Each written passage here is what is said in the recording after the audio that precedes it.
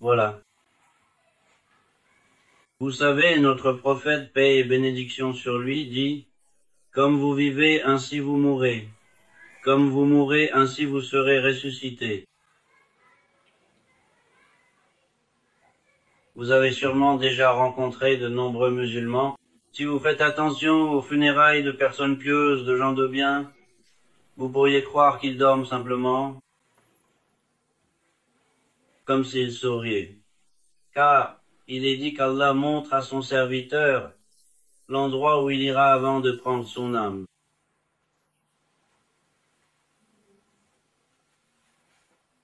Lorsque le musulman voit sa place au paradis, il rend son âme en souriant. Par exemple, faites attention à certaines personnes. Leur visage est marqué par la peur. Ils deviennent livides. Personne n'ose regarder leur visage. C'est aussi à cause de l'horreur de l'endroit où il va qu'il rend son âme de cette façon. Bien sûr, on dit aussi que la façon dont ils rendent leur âme est différente. Pour certains, c'est comme retirer un cheveu du beurre sans rien ressentir. Il est même dit qu'Allah a de tels amis qu'il ne confie même pas la prise de leur âme à Azraël. Il est dit qu'il la prend lui-même. On dit que ce serviteur ne se rend compte de rien. Par exemple, c'est aussi le cas pour les martyrs.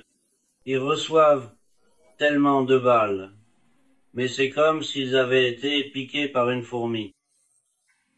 En sentant le parfum du paradis, en voyant le paysage là, ils partent en souriant, s'endormant sans même s'en rendre compte. Mais pour un mécréant, dit-il, imagine que pendant que son âme est retirée, tu marches dans les montagnes et il y a de grandes épines. Il dit, imagine que cette épine pénètre dans le corps d'une personne. Imagine ensuite qu'on la retire en la tirant. Comment une épine sort-elle? En déchirant tout sur son passage. Il dit que son âme quitte aussi son corps de cette façon. Dans la souffrance,